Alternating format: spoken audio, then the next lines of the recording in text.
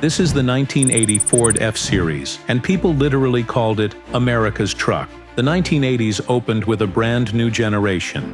Ford redesigned the F-Series from the ground up, giving it a sharper, more aerodynamic look.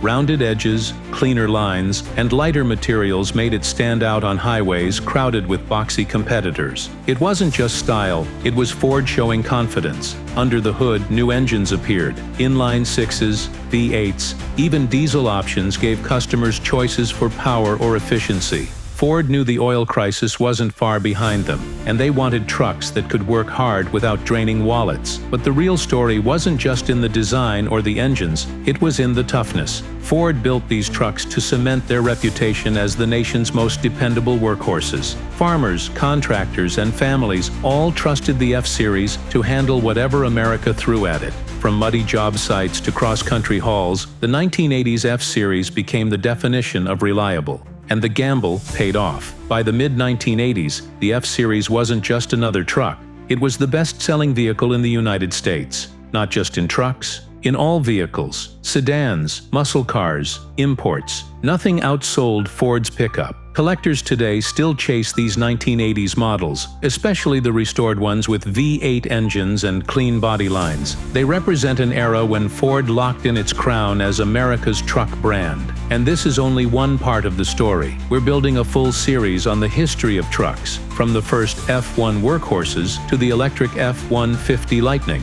So if you love trucks, or you're a history fan, subscribe to the channel and follow along, because the next chapter is even bigger.